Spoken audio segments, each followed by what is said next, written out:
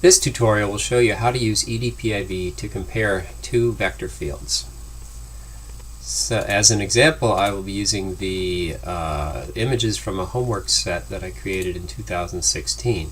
Alright, so it's called Homework 5, Case B. So I've loaded Homework 5, Case B, Image 1, Homework 5, Case B, Image 2, and now I'll go to Evaluation. And these were synthetic images, and so the velocity field, there's a known solution for the velocity or the displacement field. So I'll load that up. That's homework 5 case b.dat. And as we discussed previously, this is a currently loaded in as a list of vectors, and we can see that from the info, 0 rows and 0 columns. And what I need to do is to reshape that into a data structure that EDPIV uses, which is rectangular row and column arrangement. The way to do that is to save it into memory location. It is to save it into one of the memory locations, and then to interpolate it from that memory location. So M1, I chose M1, so interpolate it from that memory location M1 into the current memory, which is M0, and you see that right there. It's important to note there actually isn't any interpolation that's being done because I'm going from the same set of X and Y locations in both cases. So there isn't really any interpolation, it's just a reshaping of the vector field, and what you see is 65 rows and 65 columns. So it's been reshaped from a long list into 65 rows and 65 columns. Alright, so I'll close that, and I will put that back into memory location 1. And now I'll load in an interrogation that I did previously, 32 pixel, using 32 pixel window, so it's homework 5 case B underscore 32p. I'll load that in, and well, all you can see is that it looks very similar to the previous vector field. And I have to do the same operation on this, so I'm going to save it into a memory location, but M1 already contains the known solution, so I'm going to put it into M2, and then interpolate with the data in M2, and then put it back into, save it back into M2. And so now what you see is M1 contains the known solution, 65 rows and 65 columns. M2 contains the measurement that I made, 65 rows and 65 columns. Okay, so I'll click Close. And now I could attempt to do this comparison, attempt to statistically compare these two displacement fields. So what I'll do is I'll load the known solution. That's M1. That's which I put in M1. So I'll load M1, and then I will do a vector map operation, which is to subtract M2. Okay, and what you see is if I adjust the scale vector by clicking on the plus sign, what you see is that the errors are significantly larger around the edge of the image than they are in the center of the image. In fact, we could zoom in on this. I'll zoom in on the upper left corner here.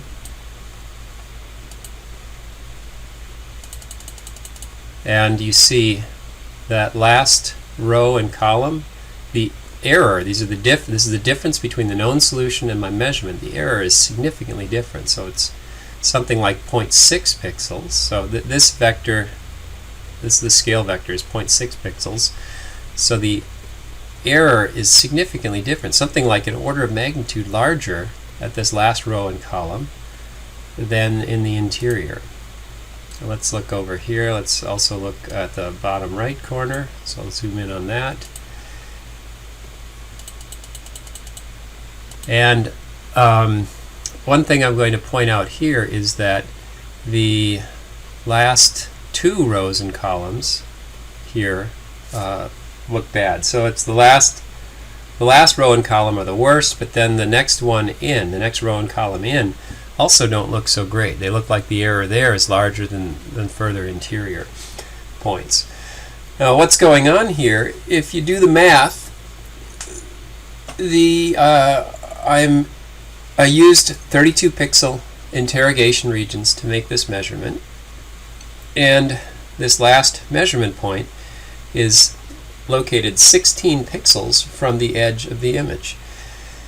And so the displacement in this last row is something like 20 pixels in the x and 20 pixels in the y direction.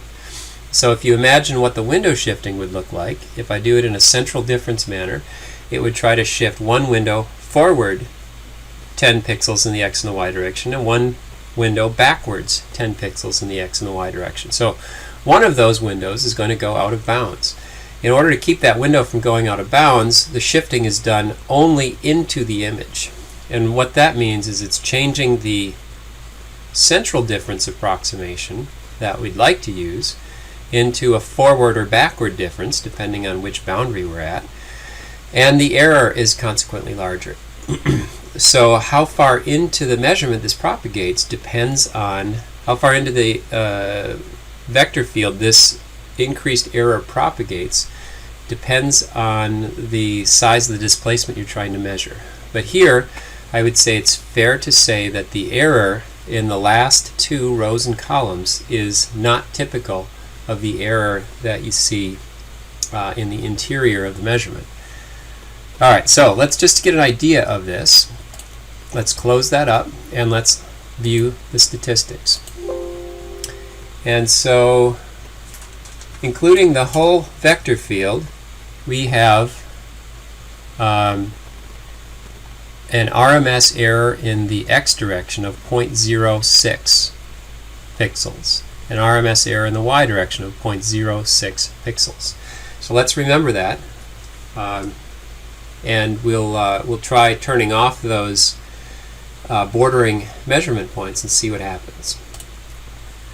Okay, so if I turn those off, if I look at my info, what I've got here is my known solution was in M1 and it's missing because I loaded it out of M1 and into M0 and then I subtracted it, so I changed it. What I need to do is reload that. So I will hit clear and reset, so that cleared out M0. So M0 now has no vectors in it. You see 0 vectors there.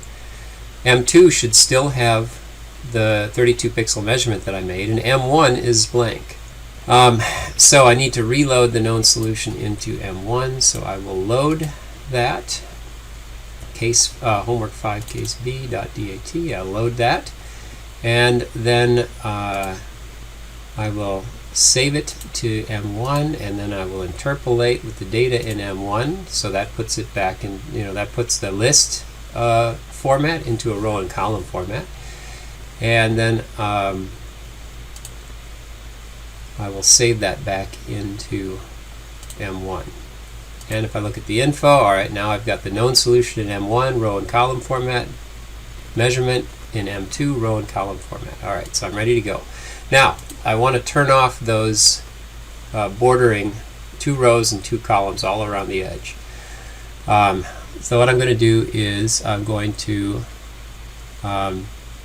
load M1. So I'm bringing the known solution forward, and there it is. And what I'm going to do is turn off those vectors so I can more easily see the points that I'm working with. And what I want to do is to turn off these 2 rows and columns around the edge. So I'm going to right click, upper left, come down to the bottom of the image and go 2 rows in and right click. And you saw the red pluses have now been turned off. And now I'll do the same thing here. Right click, upper left, come to the right side of the image, count down 2 rows, and right click again, and I've turned 2 rows off there. Since I'm here, I'll start upper right, count 2 rows in, right click, come down to the lower right, right click again, and you see I've turned off 2 rows there.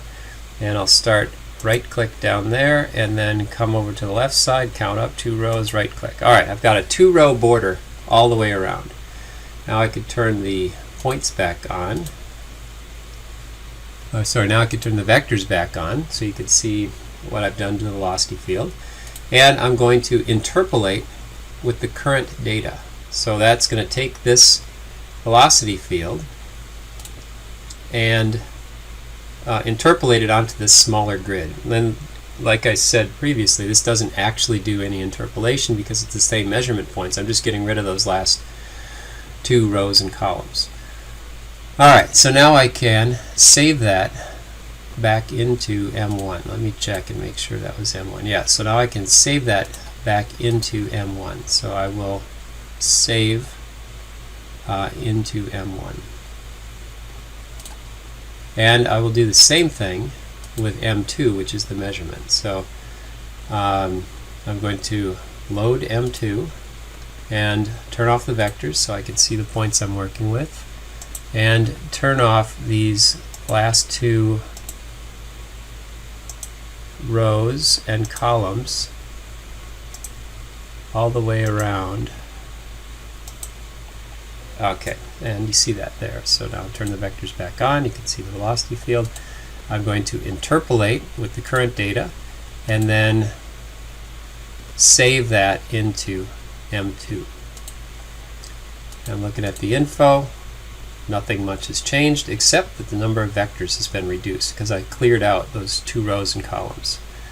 So now I guess I'm at 65, 63, 61 by 61. So if we square that, that should be 3481. Okay, so now I will bring, let's say, the known solution into M0. So I'll load M1 into M0, and now I will do a vector map operation of subtracting M2. And there's the result. And now if we take a closer look at some corner of the measurement, what you see is all of the vectors look like each other, right? There isn't a region that seems to have a significantly larger error than anywhere else. So so that means, this is a good estimate of the error of the measurement. And so I could look at the statistics. I could view the statistics. And what you see is I've got an average of 0.02, an RMS of 0.02 in the x direction. Same thing in the y direction. Okay, the average is negative, but the magnitude is 0.02 in both directions. So the previous case, where I was including those border columns, rows and columns, the error was 0.06. So this is significantly reduced, and this tells us that, yeah, those border columns and rows were actually driving up the error. They weren't really representative of what the error is of this measurement technique.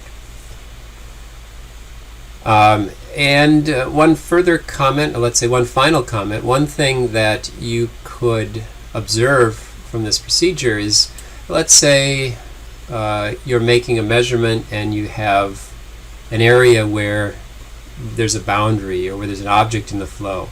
You could turn that particular area off and just turn that particular area off and measure the statistics of the remaining vectors using this same process. Okay, that's all for now.